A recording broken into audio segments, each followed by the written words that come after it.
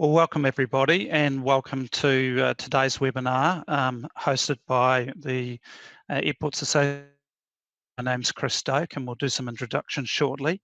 But before that, I'd like to acknowledge the traditional owners of the land in which we're all residing and pay our respects to the elders, past, present and emerging, and any of those who may be on our call. In the background, I've got Jamie Blair, who will be controlling the slides. So Jamie, if we can move to slide number 2. And we'll just do some introductions. Firstly, my name's Chris Doak. I work within the Infrastructure and Investment and Economics group within GHD. 24 years experience, 4 of those with GHD, and I work within the transactions team there.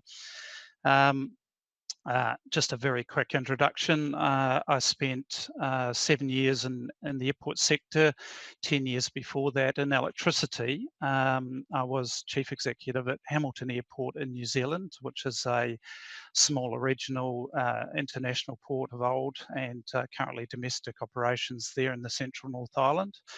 And also ran regional tourism in the Central North Island there, and served on the New Zealand Airports Board for 2 terms. Seems a long time ago. I also have a background in crisis management and spent 3 years working for the Christchurch Earthquake Recovery Authority, running the economic recovery program there for in support of the rebuild, and also helped in 4 of the anchor projects there. I'm currently residing primarily in the transactions team within GHD Advisory, and also do a considerable amount of business case work. Enough on me. Jamie Blair's here, and I'd like to hand over to Jamie to do his introductions before I take us through the agenda. Jamie.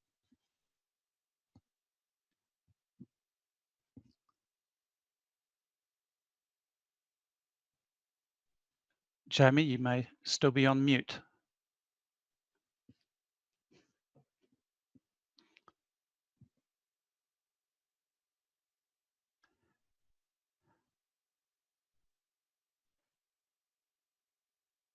Okay, well look, I'll press on, and you feel free to butt in, Jamie, if you come on. Jamie runs our analytical team and also hosts a technology platform called The Edge, and heads up our group specialising in modelling and simulation. I'm back. Okay, great. Over to you. Sorry about that, just dropped out. Yeah, thank you, Chris, and not a very opportune time to drop out there, but as Chris said, I work in the same group as Chris, but I run our benchmarking and analytics team. I started out my career as an Air Force engineer, but I've been management consulting for the last 18 years across various infrastructure assets, and particularly around investment decision support, modelling and analytics. My team leads our simulation and optimisation capability at GHD Advisory, and we also have our own platform for data and analytics, where we can build various modelling solutions and decision support solutions across all parts of the value chain for different types of infrastructure and assets. And I've worked together with Chris on some transactions work, including on airports, and we'll touch on some of that today. Thanks, Chris. Thank you. Next slide. So I'd like to quickly take us through the agenda. I'm not sure that we'll have a full hour, but we're going to leave some time at the end for questions. So the webinar agenda today is we want to talk about developing a strategic context for optimising your capital and operating expenditure in our reviews, and this involves really thinking about who our audience is and what their information needs are going to be before we go into reviews. Then we'll move to, I'll explain how we approach these types of reviews using a due diligence mentality and thinking about value, even though it's an operational review. A short, sharp red flags assessment followed by some detailed assessments is a good way to focus our reviews. At that stage, I'll hand over to Jamie, and he's going to talk about how we actually pull the work together. linking demand to future expenditure, or in other words, linking how asset investment is caused through the generation of our revenue. We'll move then to simulation and optimization techniques, and to keep it relevant, we'll do some case studies, and after that, take some questions. Next slide, Jamie. So the first area we're going to talk about is developing a strategic context, and this will be in relation to the various stakeholders. Thank you. So what are we facing? Well, context is everything. I've certainly been in a position where the assets that we have on our books and in our portfolio are not being fully utilised, and I think that slide says it all. We've got a lot of assets sitting there and not a lot of revenue being generated. And I just thought I'd spend a couple of minutes giving you a bit of a personal account and say, well, I've certainly faced a number of these business shock events in my time. When first coming into Hamilton Airport, I noted that we had a capital program without all of the funding in place to support that capital program. And it was a pretty significant issue. And I remember the previous chief executive, who shall remain nameless, and this was a long time ago, I might say, who said that we could sell some non-strategic land or assets. We could do a repricing of our aeronautical charges. We could put in a terminal levy, and that's a levy not included in the ticket back in those days.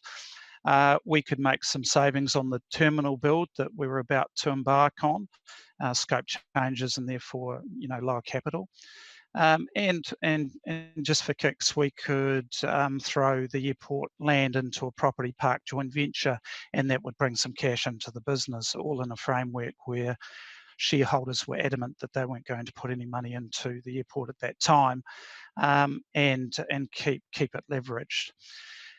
So coming into the airport, we faced the GFC just as we were completing the property park, and we had already completed the terminal investments, so we're facing some pretty interesting drop-offs in revenue at that time.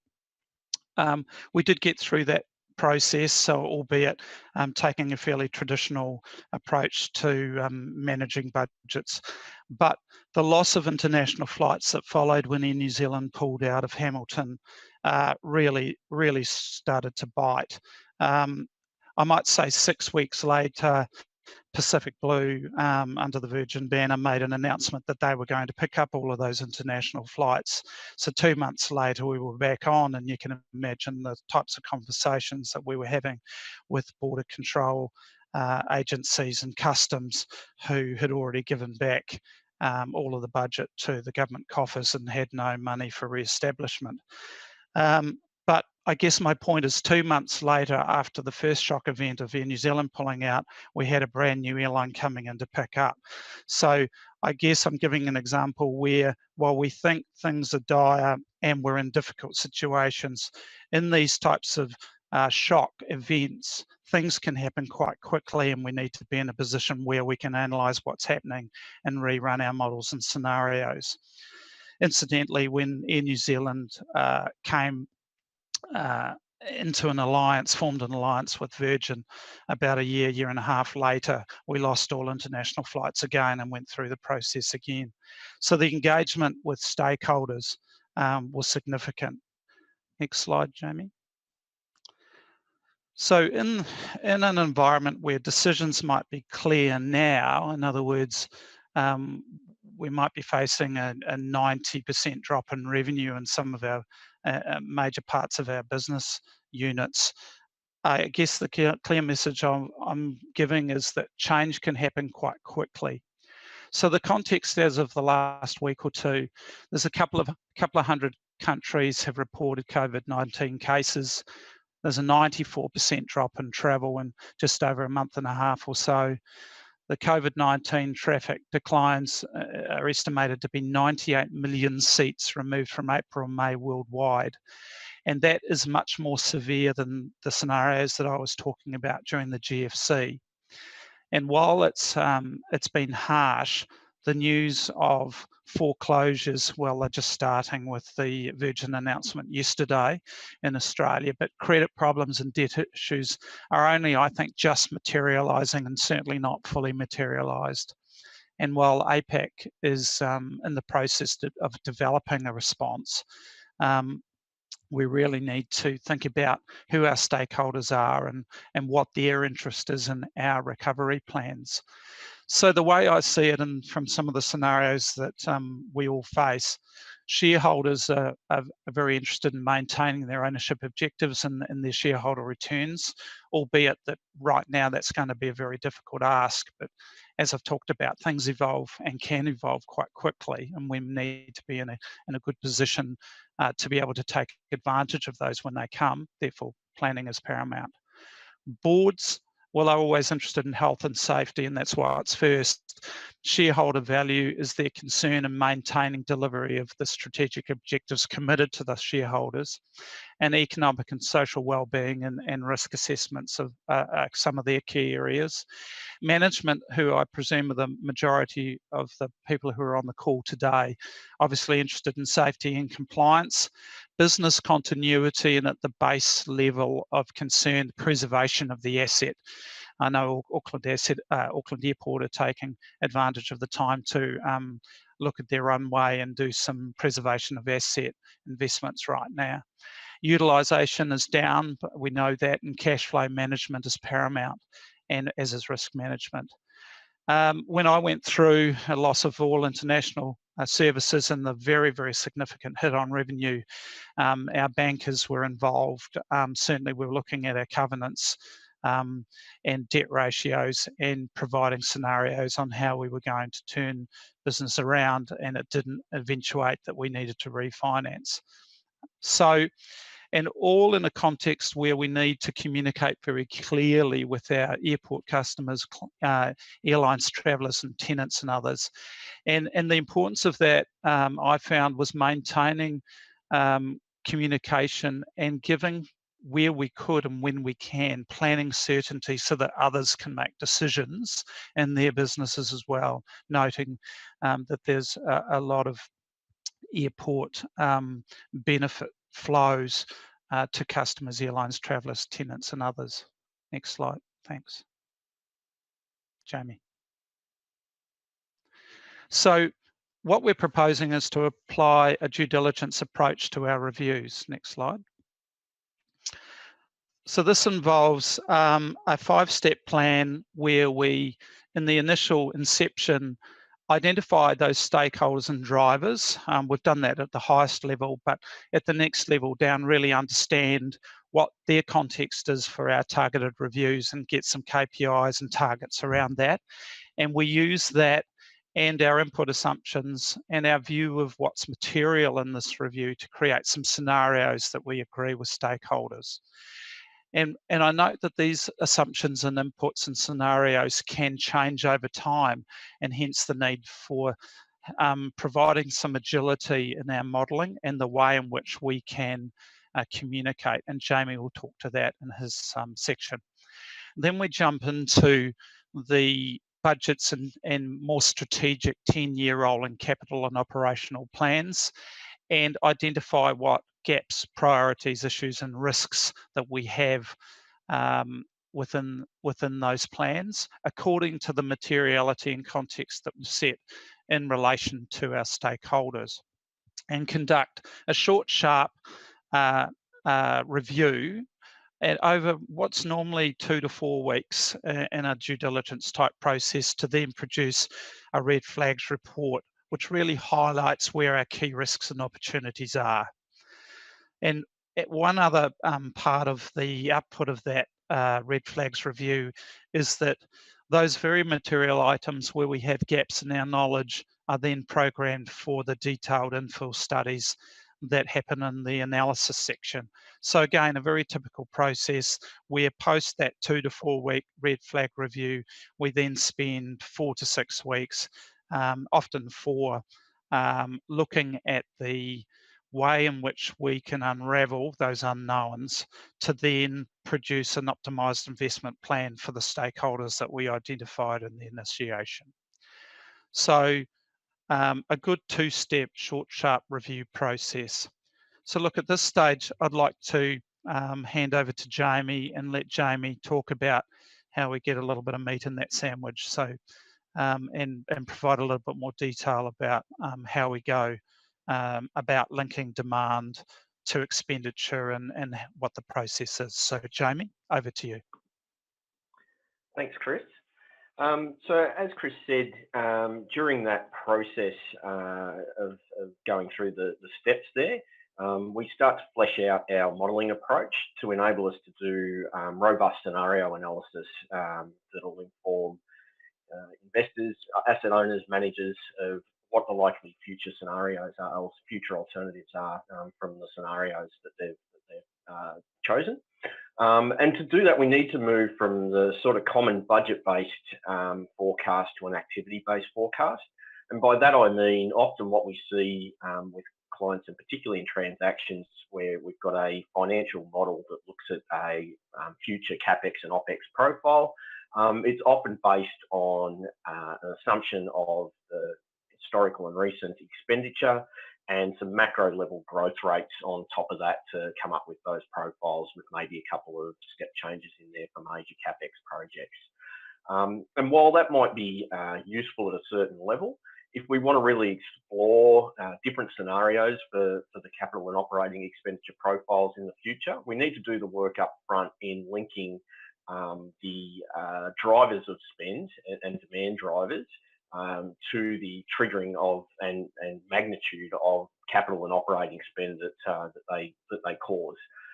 So we spend a bit of time up front building a bit of a framework and a network of relationships between those variables, looking at all the sort of endogenous and exogenous factors that affect the asset, obviously demand and traffic being a major one, but all sorts of other drivers of that expenditure based on what the asset is. So we'll go line by line through the cost items and link up each spend item with the drivers that trigger it and the relationship between them in terms of the magnitude of the spend that does. So we come up with a bit of a framework of the drivers and the linkages to the assets. And over the top of that, we layer the analysis of the criticality and failure modes of those assets so that we can understand when we're running that scenario analysis and we're teaching our model to make decisions based on those triggers, which assets are more critical and to either safety or mission critical or operationally critical, how those assets react to either spend or deferral of spend and what happens, how do they fail and what happens. So it's all about understanding that cause and effect relationship between the expenditure, the asset operation and the things that drive both of those. So that's work we do up front to sort of enable down the track a more robust means of decision making, aided by simulation and optimization models. So it provides the framework for us to then start to build a model that will allow us to run various scenarios and also seek optimal outcomes for future spend profiles. So the way that we do that, that first sort of step is all about collating data and understanding those relationships. And so we get the inventories and assets and service data, service level data. We build that framework for the relationships between drivers, cost, risk, and service level. The next step, we do that, we start to build a simulation model that links the drivers and the outcomes. So we've got a number of methods that we can use for that, whether it's discrete events or agent-based or systems-based simulation. The idea is that we're building a computational engine that turns that framework into something that can generate future forecasts of spend, both capital and operating. So what we're actually doing is moving away from spreadsheet budget-based forecasts to a simulation model that we can run with all of that input data, all of that driver data coded into it, so that we basically are fast forwarding through a representation of the life of that asset over the time period that we've chosen, in order to generate forecasts of likely capital and operating expenditure profiles that we've got. So by that step, we've got a mechanism that supports sort of what-if type scenario modelling. So when our clients say to us, okay, I've got these ideas around assumptions and things like that. But once we start to show them results, invariably we start to get the what if questions. So having the simulation model allows us to very rapidly answer those questions, because we can change different assumptions and different variables and parameters in the model and quickly regenerate another profile. One of the things that the third step that we go through then, I guess, is because as you can imagine, by doing that, we're not sure what the outcome is going to be until we run the simulation model, and we often get caught up in just keep running different scenarios until they get the answer. Often with our clients, and particularly in terms of investors in a transaction context, they will often have, or even clients in operational phase will often have constraints and particularly budget. So rather than just running simulation models forward and trying to come up with more scenarios that fit under the curve, that's where we equip our models with the appropriate optimization solvers. So rather than running it in a what if type scenario, we can actually start to goal seek. So we can add in the budget as a constraint and say, right, if this is the cap on the spending or the shape of the profile that you've got set, what are all the things what are all the levers we need to pull to enable that? And that might be CapEx deferral, it might be different maintenance strategies, and we're driving it back towards those inputs and saying, well, tell me what the inputs are to achieve this optimal result. And often the answer's somewhere in between. So we can switch between the simulation approach of forecasting forward and the optimization approach of solving for a fixed goal. So the fourth step there is, these models are very powerful, but they need to be flexible and robust in terms of the user ability. So what we do is we set up the input and output interfaces on top of those models to allow our clients to rapidly develop those scenarios and run the analysis, explore those alternative futures, and understand the relationships between the variables and influencing factors and outcomes. And I guess the last step there, which is important, particularly for a context that Chris touched on before, where we've got the different stakeholders that need to be communicated to.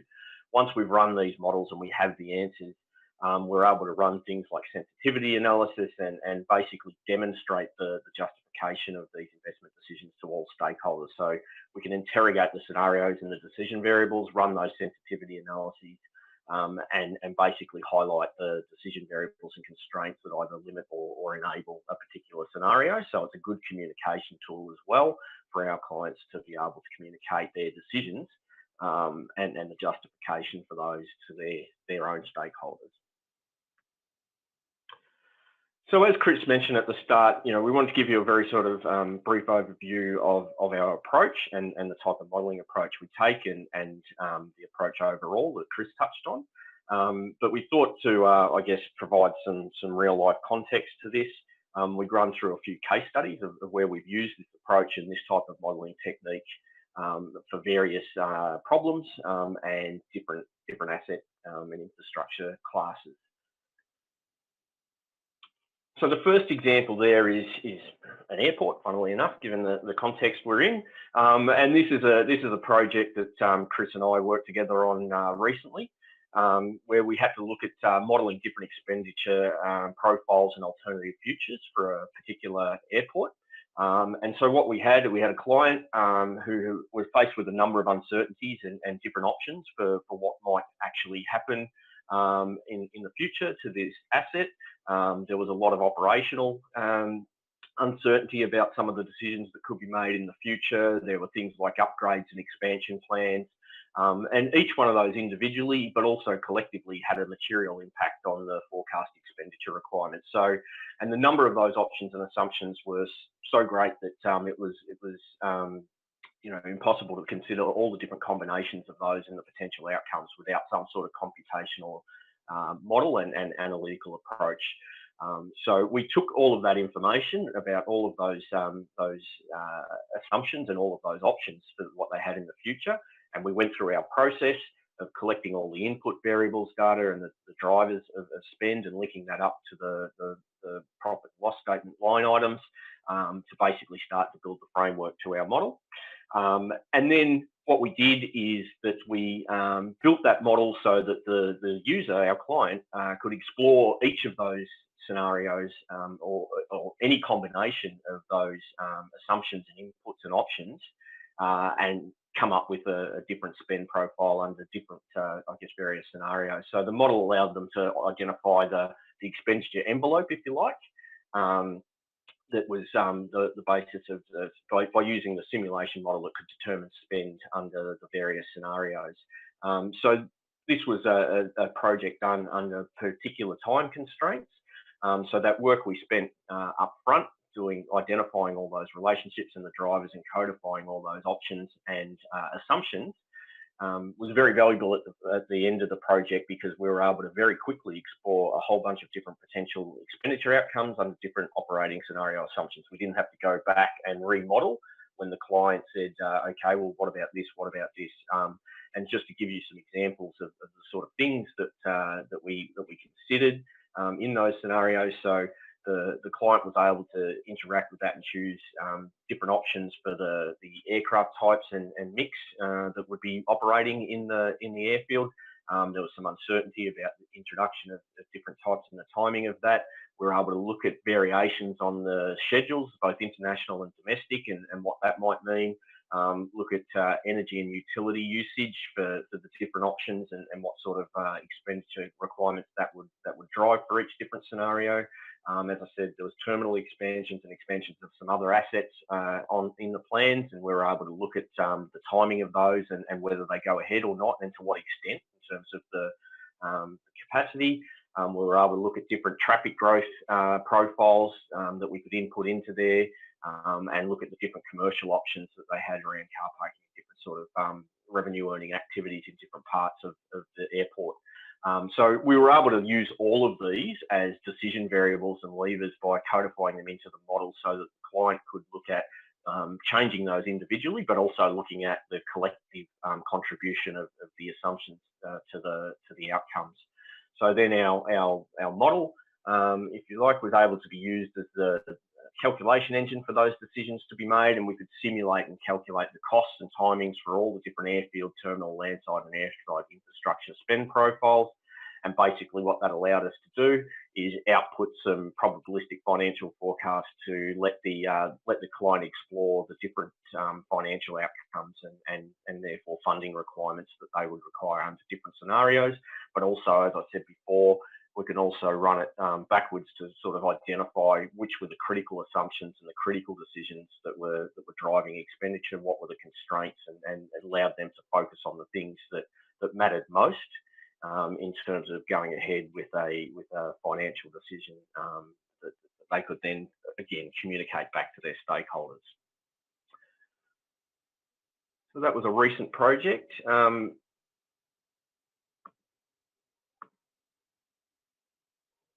Another example of a different asset class, but again, it shows the sort of the power of these types of models. We worked with a Metropolitan Train franchisee who was responsible for the operations of the rail network in a city. And basically they had a major works program that was significant. But of course, as a franchisee of a public asset or an essential service, they had a number of performance metrics and KPIs that they had to meet, particularly around on-time performance and track closures and things like that. So their major works program had gotten to the point where they were finding it difficult to deliver within both the budget they had, but also the windows of opportunity they had to work on the track and the different infrastructure assets without impacting on-time performance and availability. So it was a perfect example of where we can build these frameworks, as I said, to look at the trade-offs between each of those requirements and find a optimal solution that was able to meet their fit within their budget, but also meet all their mandatory KPIs and performance requirements, and also look at the best way to conduct that program. So it's a little bit of a busy slide there, but what you're seeing there is up in the top left, just some examples of the sort of the number of scenarios that we ran for this particular project to show different outcomes. So at the base level, the client previously had used a ranking approach where they would score all their projects and then rank them and draw a line under the rank list where their budget ran out. So they were leaving significant value on the table by not looking at a more optimized optimized approach where you can look at multi-objectives and dependencies and being able to change the timing of projects to suit each other. So what we did is we ran through a number of scenarios step by step, and we're able to plot the efficient frontier for each different scenario across different funding levels to look at the overall value that the portfolio of projects was bringing, just down the bottom there. But on the right, what you can see there is the grey column, the ranking column. That was the value that they got, and they had a point scoring system for this, which is the numbers in there. But each scenario after that, the orange scenario was completely unconstrained, so what that, except for the budget. So what it showed was there was significant theoretical value in their portfolio of projects if they recombined them under the same budget. But of course, that's only a theoretical optimum because we hadn't put any constraints on that yet, so it would have breached a whole bunch of their KPIs. So we effectively ran a number of different scenarios where we laid in some of those different constraints about forcing in mandatory projects, the way that their budget was spent in terms of the shape of it, going from an annual to total over 3 years, looking at different labour options, different options for some of the asset classes that they had, looking at timings and dependencies by grouping and scheduling activities around the same closures to try and get some efficiencies there, but also looking at staying within their risk covenants. So they actually reported about a 200% increase in value in terms of the scenario that they went ahead with for the same budget. So they were able to find significant value within their existing list of projects and their existing budget, just by reorganising it and having the capability that these models bring to explore the entire solution space in terms of meeting multiple objectives and having that computational support to allow them to do that in quick time, rather than having to redo a large list of projects every time they want to explore a different scenario. Another recent optimisation approach we've taken was in New South Wales with School Infrastructure New South Wales. They recently looked at their capital works program a couple of years ago. They're facing unprecedented growth here in New South Wales for demand for classroom placements, and that's not uncommon in the other states, as I understand it. So the growth rates in particular areas were significant, but then they had the balance of other areas where they had underutilised assets. So they were looking not just to meet their mandated requirement for a classroom place for every student that wants one in the catchment area, but also looking at how they maybe rebalance the allocation of funding across their portfolio to get a better spread of demand, but also some more equitable outcomes where they had a fairly large spectrum of condition and functionality at the schools as well. So they had to build new capacity to meet the demand, but at the same time bring some of the existing capacity up to the right standards in terms of functionality and condition. They had a $6 billion budget and $15 billion of candidate projects in their portfolio. 4,500 projects across about 2,000 schools. So obviously building different scenarios into that with those volumes of projects and assets is incredibly difficult to do manually. So what we did is we built them a multi-objective, multi-year optimisation tool that allowed them to input their future scenario outcome requirements and basically reconfigure the project list in the portfolio that best meets the balance of all of those needs and constraints and the trade-offs between them. So making sure that they met their minimum requirements to meet population growth, but also looking at making sure that they had some equity of spend across the regional and metropolitan areas, making sure they were meeting their thermal comfort requirements. So it included a number of air conditioning programs that was well advertised here in New South Wales a couple of years ago, and looking at other things in terms of modern teaching facilities that students and teachers need to get the best educational outcomes. So they were able to link all of those things together and basically run the models to tell them which combination of projects within the $6 billion budget would get them across the line in terms of their minimum constraints, but also the best outcome in terms of the equitable balance of funding and allocation of funding. So they're able to generate that list for the next 15 years, I believe the forecast period was. and they used that to meet those competing demands of growth, equity, and minimum levels of condition. And they use it each year, rerun this each year to rebalance the portfolio as projects change or the data changes and the assumptions changes. So it was quite an effective approach for them in taking what was a very manual process that could only be really done once a year because of the time it took, and wasn't guaranteed of giving an optimal outcome, into a capability where they're very quickly able to generate scenarios and determine the optimal funding allocation. And that, again, they use that importantly as a communication tool with Treasury and the state government to justify or show the justification of the portfolio selection that they've undertaken. The last example that I wanted to show, just to sort of link it back to what happens when we get a sharp budget cut or volume and revenue driver drop off, and then we'll leave the open for some questions, some time open for some questions if there are any. Was an electricity network. It's probably not difficult to tell which one it is by the picture, but this client in particular had received a significant expenditure reduction for its program from its regulator, which amounted to about 25% of the expenditure for this particular program of work, for the management and maintenance of some of its network assets. But it also had regulatory obligations and legislative obligations to ensure that the assets maintained a certain level of service level, and they were penalised financially if they didn't meet those.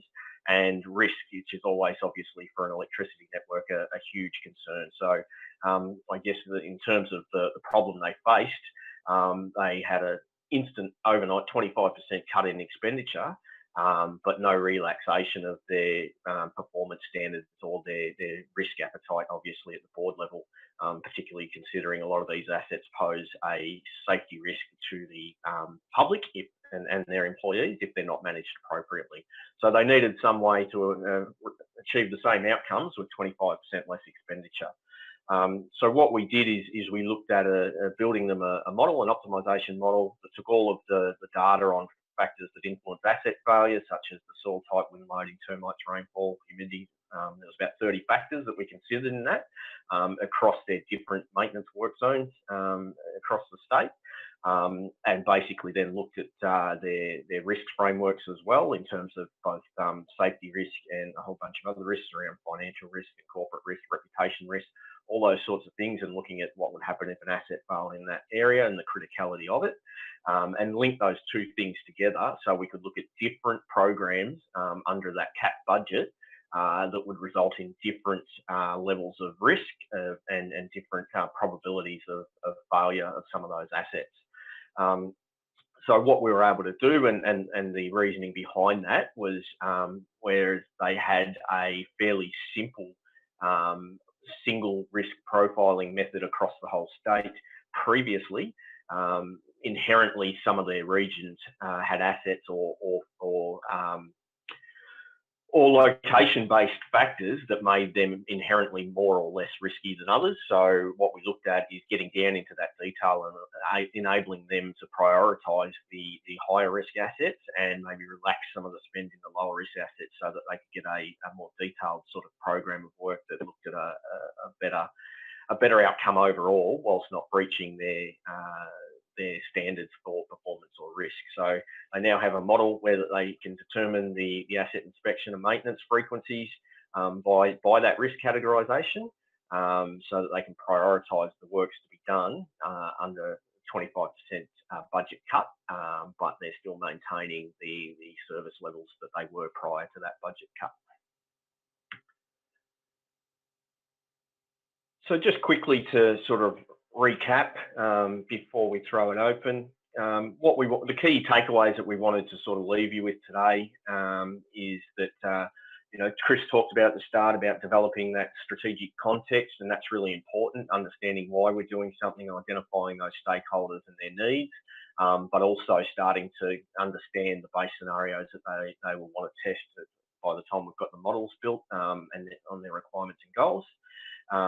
Chris explained our due diligence approach, and that short, sharp sort of diligence process, looking at the red flag review, that high-level risk and opportunity review, followed by the detailed scenario analysis, so that we can look at the material gaps, risks and opportunities. Then I talked about how we actually do that in terms of linking demand to future expenditure, planning for those different scenarios, being able to adapt them when change occurs. And I think the key point there was that upfront thinking and that network, the framework and network of relationships that I talked about. We do that upfront to make it easier down the other end of the process to run those scenarios, because we've got those linkages codified in our models. And then I spoke about, sort of the two modelling techniques that we utilise to undertake that scenario analysis, being both simulation and optimisation, so that we've got some proper demand-driven modelling. We do host those models online for our clients so that we can be agile and change them as circumstances change, but also give them interfaces so that they can self-serve and be able to run that analysis themselves, and we're there to support them, and we can collaborate with them on that online. And what it does, and I think again, importantly, and we've mentioned it a few times throughout obviously Chris started with the point, and we've mentioned a few times throughout the presentation, that it's always key, it's always critical that we have that communication's key stakeholders, and so the whole approach is really geared towards equipping our clients with the tools that they need to be able to provide information to their key stakeholders in a dynamic or uncertain environment, and then have that scenario decision support that they can quickly generate the answers they need, but it also, very importantly, communicate why those answers are the optimal ones to their stakeholders in their justification, whoever those stakeholders are. Thank you. Thanks, Jamie. And I note we're 11:42, so we've certainly got some time for some questions. And I think so. Feel free, please, to put some questions in the group chat or send them through, and we'll attempt to answer them for you. Jamie, the first question that we've got is, what's the key difference between the approach and your typical project ranking, based on an MCA or multi-criteria analysis? And perhaps to seed the answer, could you explain the difference between perhaps spreadsheeting up an MCA versus the airport model that you're using? Yep, sure. So a lot of our clients do use MCA and project ranking methodologies, which is fine. But I think the main difference in our approach is with the MCA or a ranking method. Generally, even with multi-criteria, they're weighted to give a single index that enables us to do that ranking. And there's a couple of issues with that. One is that often that index or ranking method is not something that can easily be explained. If it's out of 10, it might be 7 out of 10. But the value of a project that's 7 out of 10 versus 6 out of 10 is not so easy to communicate to someone. Ranking does leave a fair bit of value on the table in terms of optimisation, because it's a one-way or a linear process of saying these are the ranked assets.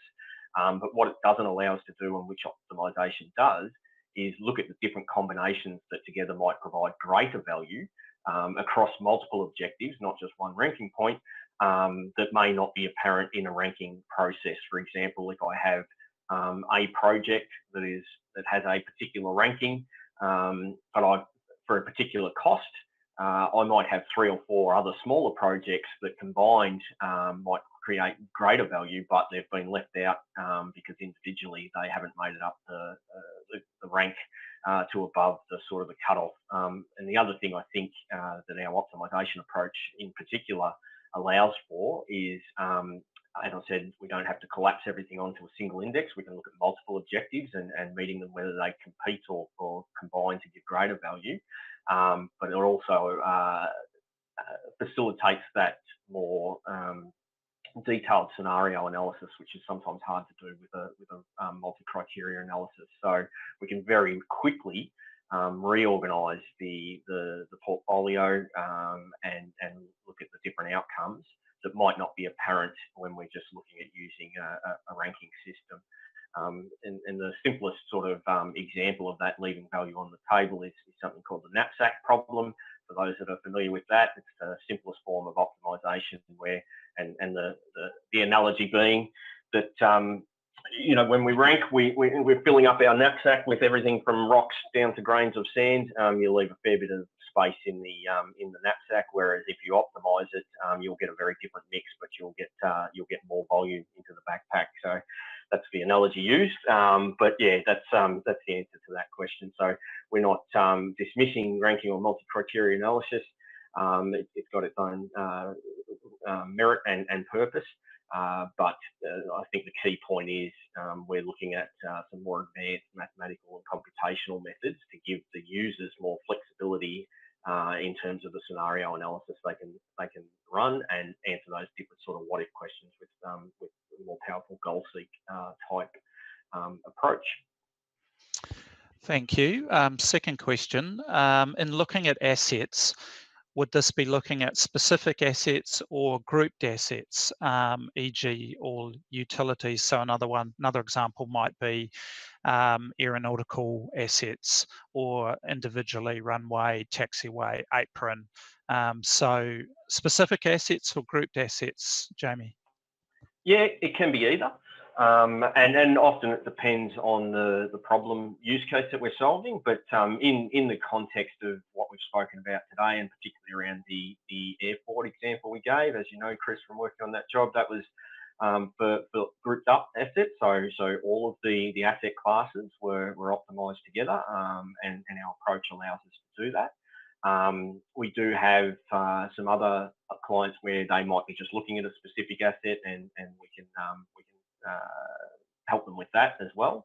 And that's the beauty of the approach. It doesn't preclude one or the other, and it really depends on where the decisions are being made. So where we're looking at the assets being the airport and airfield and all of the infrastructure around that, whether it's the terminal, the runway, the IT systems, the utilities and energy systems, and we're looking for, you know, a valuation or a financial forecast for the whole thing.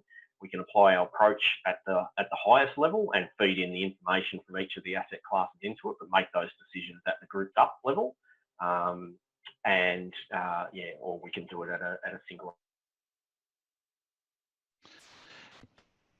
Yes, well, certainly, I know from the work that we've done that we have looked at even, for example, a runway asset. We've looked at mill and fill versus overlay versus other types of capital and maintenance investments in that one particular asset. And I guess my view is that if the drivers of the investment are the same, then they could be grouped together. If the drivers for the investment in the group of assets is different, then they probably need to be separated so that they can be modelled correctly. I think the next question is, do you have a specific airport model to do your analysis? You may have already touched on that in an earlier comment, Jamie, but do you build it all up from scratch, or have you got a base airport model that you work from? Yeah, I guess it's a combination of two. So as we work on more and more assets, you know, you do get some commonality across some of those. So we have what we call a sort of a hybrid approach where we've got some common modules that we have a library of, and we are able to quickly deploy those. But each overall model is tailored to the specific client and their use case. But we do have that modular approach, and it gives us the advantage of being able to do the modelling in the short timeframes that Chris talked about.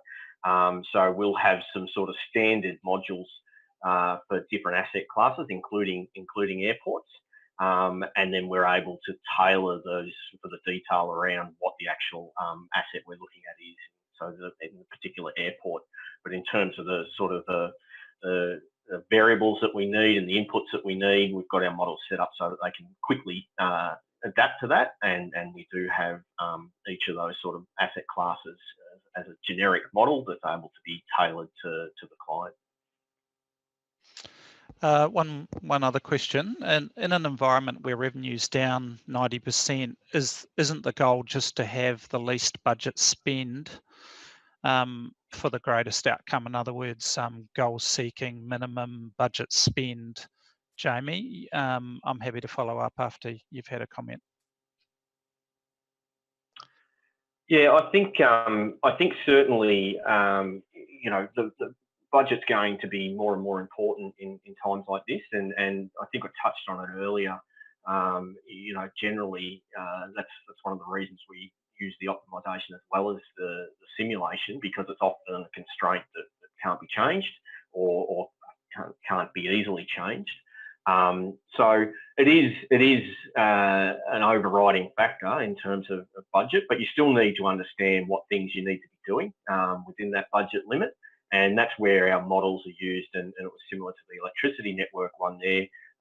You know, we're still trying to generate an outcome that's suitable, and so we will use that in times like this. We're probably using the budget as the primary constraint and driving the model to say, well, what are the things that we can and can't do? And I think that's also important in terms of that work we do on the criticality and failure modes of the assets, because if the budget is ratcheted down so low that, you know, you just can't do everything that you should be doing or need to be doing, it's important to prioritise, if you are going to defer things, that they're things that are not going to cause you safety issues, critical issues, or operational issues at the other end, that you're not just kicking the can down the road in terms of, you know, what the minimum that needs to be done to keep an asset safe and not impact on its overall life by the time you ramp it back up to a different level of demand.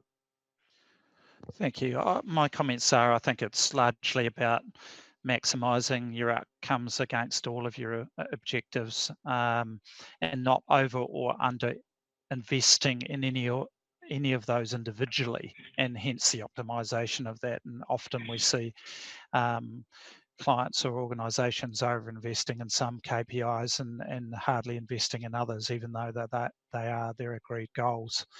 And I think also, as the crisis unfolds and recedes, it's critical to be poised and know exactly what your triggers are for your capital and maintenance investments. And the model can help assist with making those ongoing decisions, but also aid with communication on the same. And in a changing environment, as I've seen personally, and undoubtedly as we'll see unfold as COVID-19 impacts come at us and as they go away, knowing what to invest in when, and having done the pre-planning work on that and having it poised and ready is a plan for success. And so I guess that's part of the answer as well. Okay, unless there's any other questions, it's 11:53. Maybe just give another 10 or 15 seconds if anyone's got any further questions. Otherwise, just like to thank everyone for taking the time. Jamie and I are available at any time for a conversation, and happy to expand or just talk about things as you need. So, Jamie, any final thoughts before we sign off? No, just reiterate, like you said, Chris, to say thank you to everyone for attending.